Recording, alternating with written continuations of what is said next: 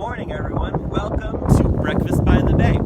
I'm aquarist Adam Kowarski here with Save the Bay. Again, as a reminder, our mission is to protect and improve Narragansett Bay. And hopefully today we're going to show you some great ways that we like to do that.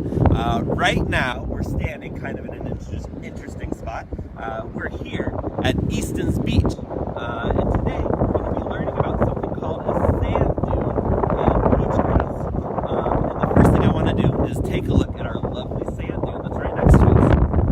If you take a look at our sand dune here, it's comprised of a couple different things. First off, it's basically a big hill covered with sand. This dune here also is covered with a bunch of different kinds of plants, primarily a plant called American beach grass. Now, if we look at this dune here, it also creates habitat for wildlife, but it does a couple other really important things. If you look behind our dune, hopefully you can see over here, you can see we have Memorial Boulevard. There's a road here, so the cars going by, and then behind that is Easton's Pond. And for those of you that don't know what Easton's Pond is, that's actually the city of Newport's public drinking water is back there, so that provides all the water for the city of Newport. So for anyone who's just joining us now, my name is Adam Kowarski, working with Save the Bay here, learning about sand dunes. So we just talked about how we have a road behind our sand dune. And then we also have Easton's Pond, a really important habitat, and also the source of public drinking water for the city of Newport. So this dune over here is actually extremely important because it protects everything behind it. Narragansett Bay is crashing waves against this dune all the time, and those waves are ramming into these dunes here. Now everything behind the dunes is protected from that water because the dunes are going to protect the water from getting back to the road. So these dunes are really important, all right? So why don't you guys follow me? We're going to head down here. We're going to try and get out of the wind. It's really windy. I'm sure it's hard to hear me. I'm going to try to yell really loud, so let's follow me this way.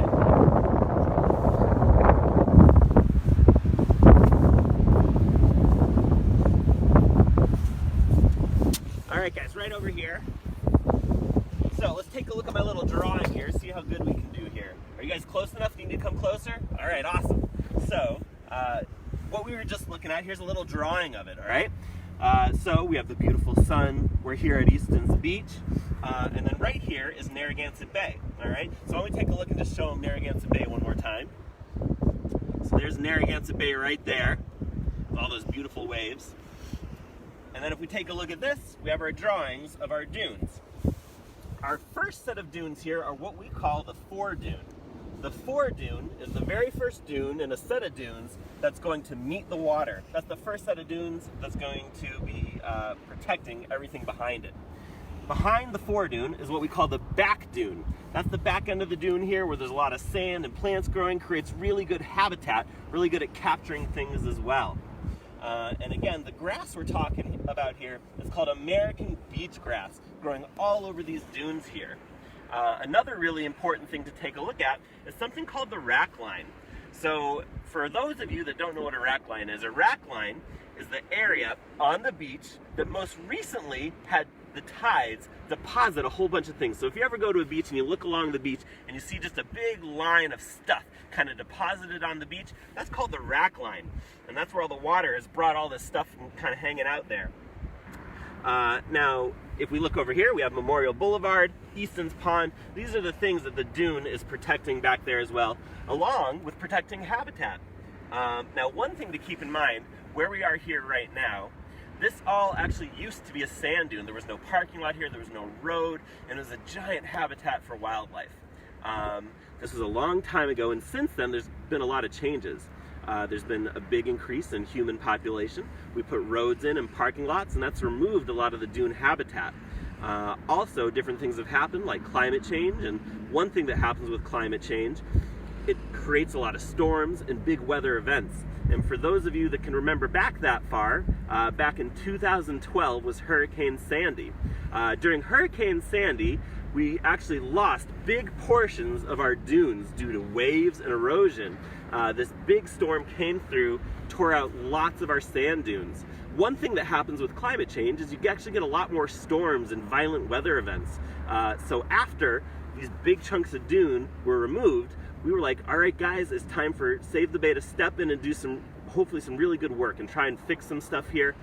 So what we've been doing, we've been restoring this dune habitat, trying to adapt it for the future of Narragansett Bay and Rhode Island and what might be happening in the future. So ever since 2012, every single year, with every single Pell, Newport school, third grader, we've been out here planting these dunes, and we've been working with lots of other schools since then as well. There's a lot of kids out here doing this stuff.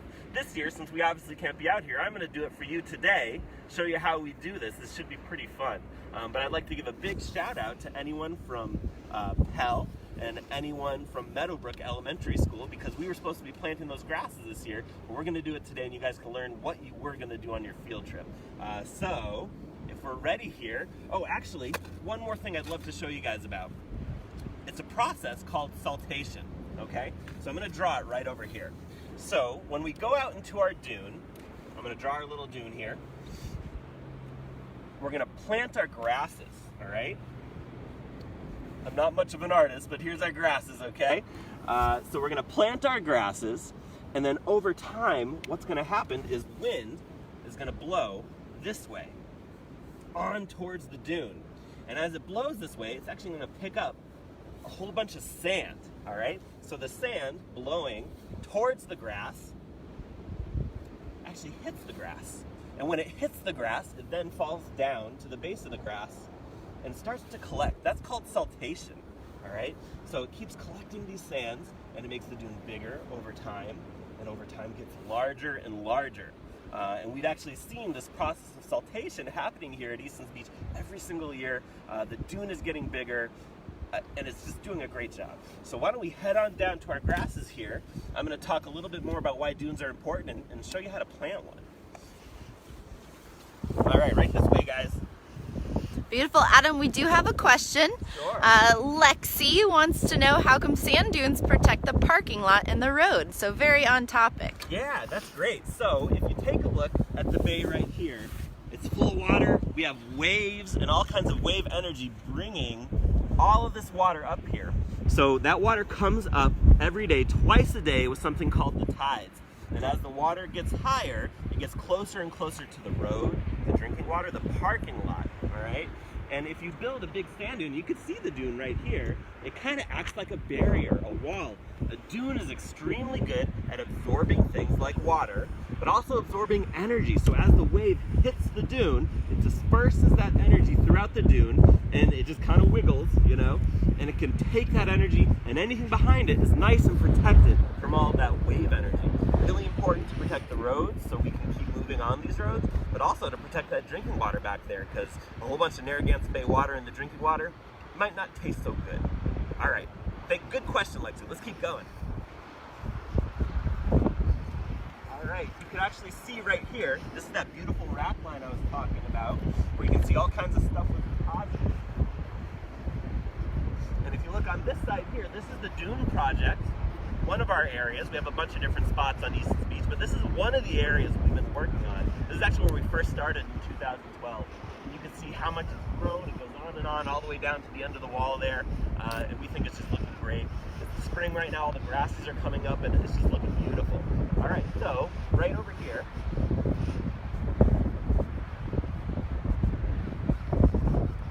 we have another question from Lexi, and she wants to know how big the sand dunes get. You know, the size of the sand dune depends on where the sand dune is. An area like this, where there's not a lot of area to expand, it's not a huge dune, it's going to not get too much taller than this. But when we started, this is maybe about 6 feet taller than when we started, so it's really grown and got bigger. Some sand dunes can be 20, 30 feet tall, depending where you are. A lot of them in Cape Cod are huge like that, for sure. Excellent. All right, so now we're at the edge of our sand dune. You can see we have all these little grasses kind of popping up, and this part's really important. I gotta watch my big old feet here, because one of the worst things for a sand dune is to step on the grasses. If you step on the grasses, they're not gonna like that. They're gonna die. They're not gonna be able to hold the sand. So it's so important. Anytime you come to the beach, make sure you're not stepping on all these grasses. That'll actually destroy the dune. So I'm gonna watch my feet, and I'm gonna head into my little planting spot over here. All right, guys, let's go in.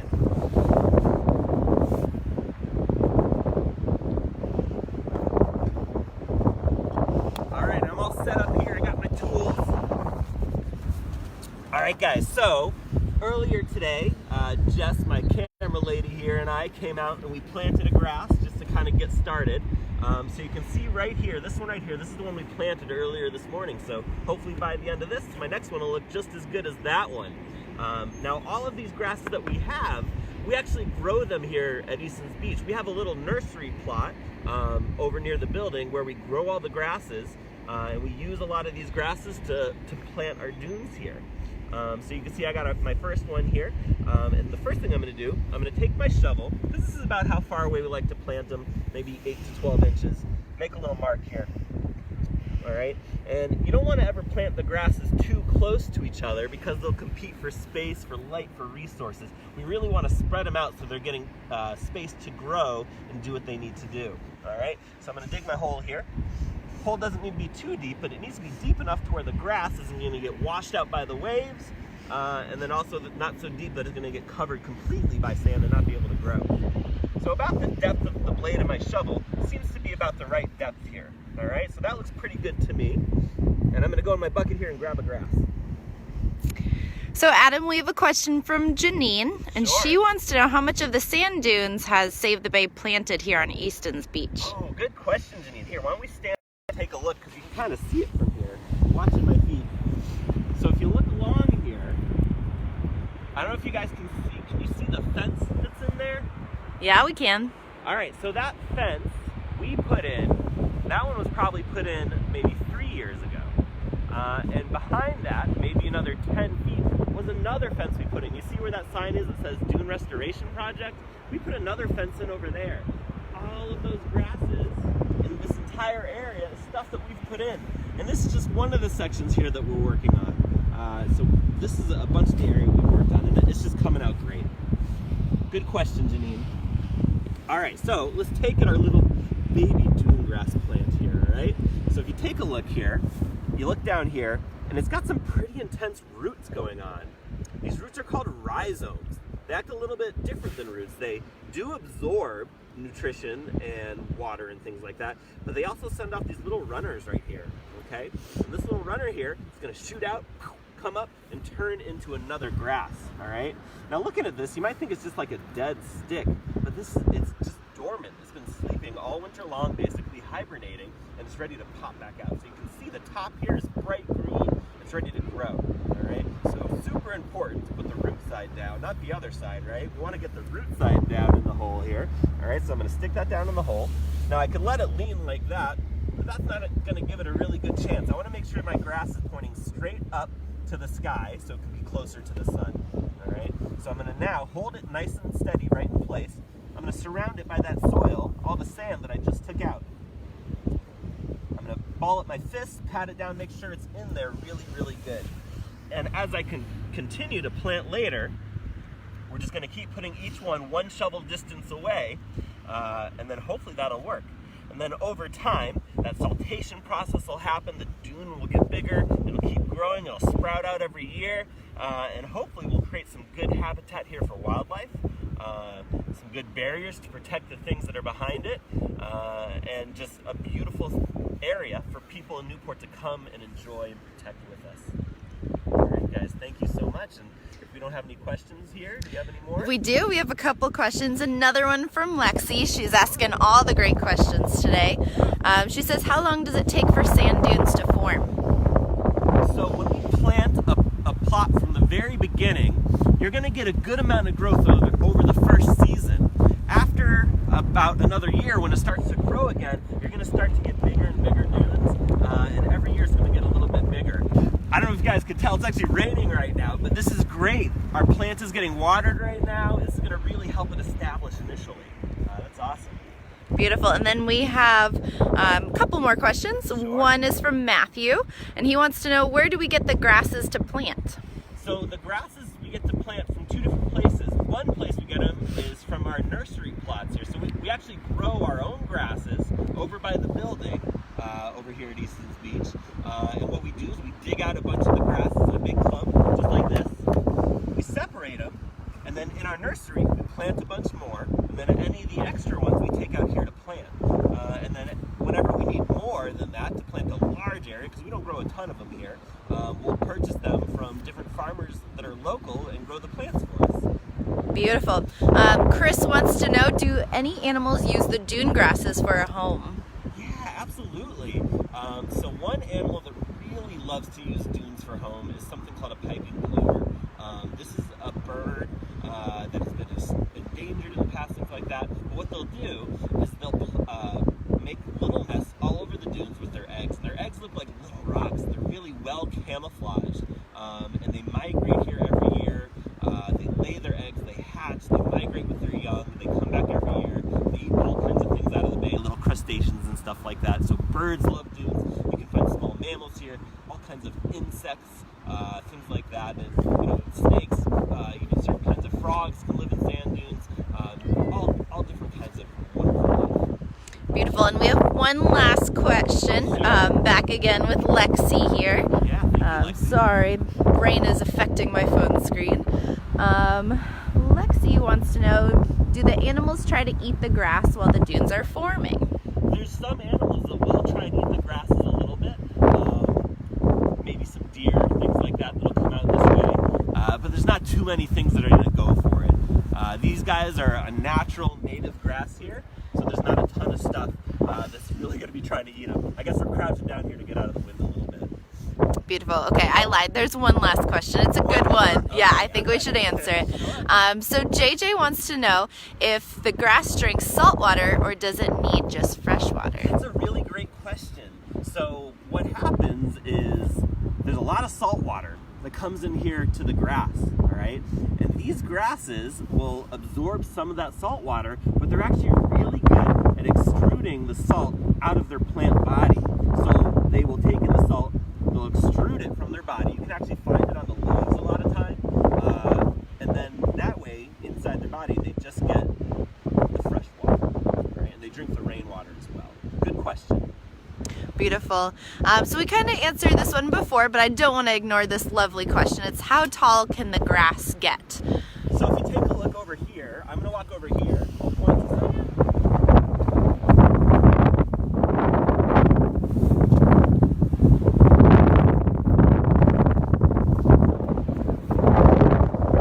So if you can see right here, this is one of the inflorescents. This is their seeds. That's about as tall as it can get. It's a pretty short grass. Maybe 2 to 3 feet tall is about as tall as it gets. Beautiful. And that's all the questions we have today, Adam. All right, guys, thank you so much for joining me. I had a great time. If you guys feel like you enjoy the work you're seeing, you like Save the Bay, you want to support us, feel free to click that Donate Now button under there. Otherwise, have a great day. We'll